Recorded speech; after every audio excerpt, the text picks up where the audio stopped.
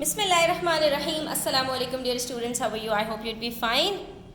Chapter number 4 fractions बहुत ही मज़े का चैप्टर चल रहा है। क्वेश्चन नंबर 9 के ऊपर हम पेज नंबर 66 के ऊपर आ चुके हैं। मैंने ये सवाल आपसे लास्ट वीडियो में पूछा था कि इसका आंसर क्या होगा, तो कुछ बच्चों ने मुझे सही बताया, कुछ नहीं बता पाए। तो हम इसको ज़रा जो है वो समझ लेते हैं कि इस क्वेश्चन को किस तरह से सॉल्व किया जाएगा। अभी तक बच्चों हमने ये देखा था कि अगर हमें फ्रैक्शन को डेसिमल में कन्वर्ट करना है तो वहाँ पर हमारे पास इस तरह होता था कि हमारे पास जो न्यूमरेटर होता था वो स्मॉलर नंबर होता था और डिनोमिनेटर जो होता था वो ग्रेटर नंबर होता था। जैसे 8/11, तो 8 न्यूमरेटर में स्मॉलर है 11 से डिनोमिनेटर से, ठीक है। लेकिन यहाँ पर अगर हमारे पास डिनोमिनेटर स्मॉलर हो जाए न्यूमरेटर से, जैसे कि यहाँ पर है कि न्यूमरेटर ग्रेटर हो गया, तो ऐसे में स्टूडेंट्स हम क्या करते हैं, ये हमारा 2 स्टेप्स के अंदर चला जाता है। कैसे कि हम पहले तो इसको कन्वर्ट करते हैं मिक्स नंबर में। हम क्या करेंगे, 11 को डिवाइड करेंगे 8 से, तो यहाँ पर हमारे पास आंसर आ जाएगा 8 1 8 और बच गया 3। तो ये हमारा क्योंकि मिक्स नंबर का मतलब ये होता है कि पूरा का पूरा होल कुछ ना कुछ मौजूद है, इसलिए आप सिर्फ वो बताओ कि जो चीज़ पार्ट्स में मौजूद है। तो अब यहाँ पर हमारे पास जो चीज़ पार्ट्स में मौजूद है वो क्या है बच्चों, वो हमारे पास है 3/8, ठीक है। तो अब ये हमारे पास आंसर आ जाएगा इसका 11/8 बराबर हो गया हमारे पास 1 होल 3/8 के, ठीक है। अब हमें इसके अंदर क्या करना होता है कि इसके अंदर हमारे पास जो डेसिमल में कन्वर्ट होगी चीज़ वो सिर्फ 3/8 है। अब 8 का हम जान चुके थे कि 8 हमारा कन्वर्ट नहीं हो सकता 10 या 100 के अंदर, उसको हमें कन्वर्ट करना पड़ता है 1000 में। तो हमने कहा कोई बात नहीं, ये जो 3/8 है हम दोनों को मल्टीप्लाई कर देंगे 125 से, तो ये हमारे पास 8 जो है वो 1000 में कन्वर्ट हो जाएगा। जब हमारा 8000 में कन्वर्ट हो जाएगा तो हम 125 को 3 से भी मल्टीप्लाई कर लेंगे, और 125 को जब आप 3 से मल्टीप्लाई करते हैं तो आपके पास आंसर आ जाता है 375, ठीक है। अब ये वाले स्टेप जब हमारे पास आ जाता है स्टूडेंट्स, तो वहाँ पर हमने सिंपली क्या करना होता है, नीचे डेसिमल में जितने जीरोस हैं उसको कट करते हैं और ऊपर लास्ट से डेसिमल को उठाते हैं और उतने डिजिट से पहले ले आते हैं जितने नीचे जीरोस होते हैं। तो 3 जीरोस थे, ऊपर भी 3 डिजिट्स हैं, तो ये हमारा डेसिमल यहाँ 3 से पहले आ जाएगा और ये क्या बन जाएगा हमारा 0.375।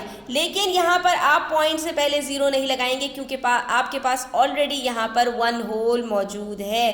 तो ये आपके पास स्टूडेंट्स क्या बनेगा 1.375, ठीक है।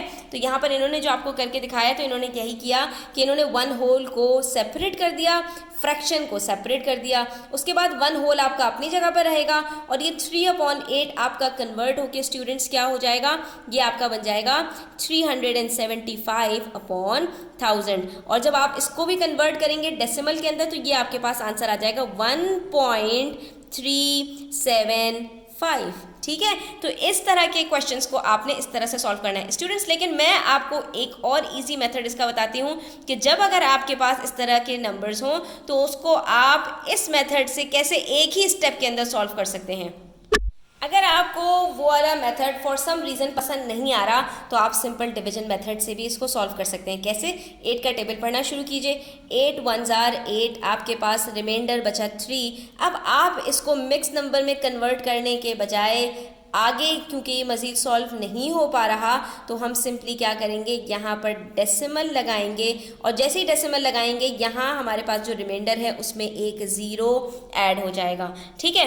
अब 8 के टेबल में 30 है, उससे छोटा नंबर तो आता है ना, 30 नहीं आता तो क्या हुआ, 8 के टेबल में 28 आता है और कब आता है, 8 के टेबल में हमारे पास 24 आता है, कब आता है, 8 3 24, ठीक है। तो हमने कहा कोई बात नहीं, हम इसको यहाँ पर कंटिन्यू कर लेते हैं। अब सब्ट्रैक्ट करेंगे, अभी हमारे पास मज़ीद रिमाइंडर बच गया। हमने कहा कोई बात नहीं, इस डेसिमल को यूज़ करते हुए हम एक और 0 बोरो कर लेंगे, तो अब ये बन गया हमारे पास 60। अब जैसे ये 60 बनेगा तो 8 के टेबल में 60 नहीं आता, लेकिन 8 7 56 आता है। हमने कहा चलो ठीक है, लेकिन अभी भी ये कम्प्लीटली सॉल्व नहीं हो पाया, अभी भी हमारे पास क्या रिमाइंडर बच रहा है, 4 हमारे पास रिमाइंडर बच रहा है। हमने कहा कोई बात नहीं, दोबारा इस डेसिमल को यूज़ करते हुए एक 0 यहाँ पर लगा लेंगे। तो इस डेसिमल को यूज़ करते हुए हम यहाँ पर अभी ज़ीरोज़ ऐड कर रहे हैं।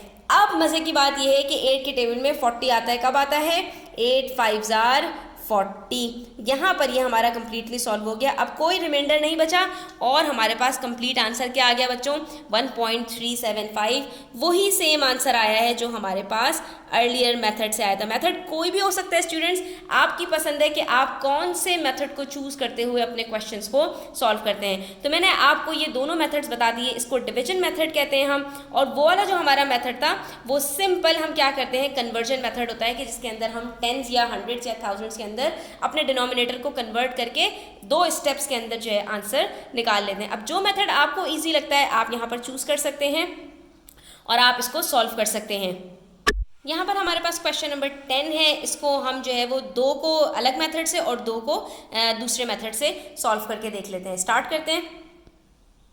अब यहाँ पर मेरे पास डिनोमिनेटर 5 है, इसको सिंपली 10 में कन्वर्ट करना जो है वो पीनट है, तो मैंने इसको सिंपली क्या किया, 2 से मल्टीप्लाई किया, ऊपर भी 2 से मल्टीप्लाई किया, ये मेरे पास बन गया 8/10, और जैसे ही 10 आया 0 मैंने कट किया, डेसिमल 1 डिजिट पीछे किया और ये आंसर आ गया मेरे पास 0.8।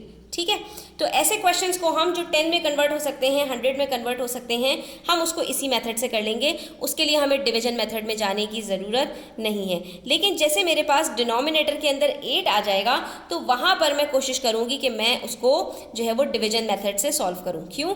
क्योंकि वहाँ पर वही प्रॉब्लम आ जाती है कि वो लेंथी मेथड जाता है। तो 7 को हम डिवाइड कर लेते हैं 8 से। जब 7 को हम डिवाइड करेंगे 8 से तो 8 हमारे पास बाहर आ जाएगा और 7 हमारे पास अंदर चला जाएगा। तो अब यहाँ पर 8 के टेबल में 7 आता नहीं है, यहाँ मैंने डेसिमल लगा लिया, ये मेरे पास 0 बन गया। ठीक है, और उसके बाद फिर 8 8 जार 64 होता है, तो हमने कहा चलो ठीक है, सब्ट्रैक्ट किया तो आंसर 6 बच गया। उसके बाद फिर हमने कहा इस डेसिमल को यूज़ करते हुए हम जो है वो एक और 0 लगाएंगे।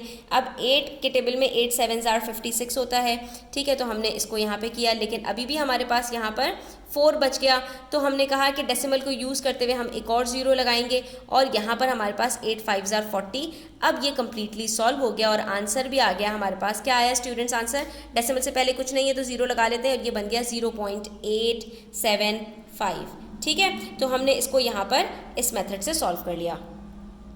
इसी तरह से 15/2 है, इसके अंदर भी ये फर्स्ट मेथड से सॉल्व कर लेते हैं। 2 5 जार 10 होता है, तो सिंपली हमने कहा कि हम इसको जो है वो 15 को 5 से मल्टीप्लाई करते हैं तो आंसर आता है हमारे पास 75, और 2 को 5 से मल्टीप्लाई करते हैं तो आंसर आता है 10। हमने 0 कट किया, डेसिमल को 1 डिजिट पीछे किया, तो हमारे पास ये 7 और 5 के बीच में डेसिमल आ गया, आंसर आ गया हमारे पास 7.5। अगर आपको ये चीज़ स्टूडेंट समझ में आ गई है तो पार्ट डी का आप आंसर मुझे कमेंट सेक्शन में बताइएगा कि 9/4 का आंसर क्या होता है। आज की वीडियो यहीं तक रखते हैं। Thanks for watching the video till the end. Please do subscribe to my channel and share as much as you can. Take care. अल्लाह हाफिज़।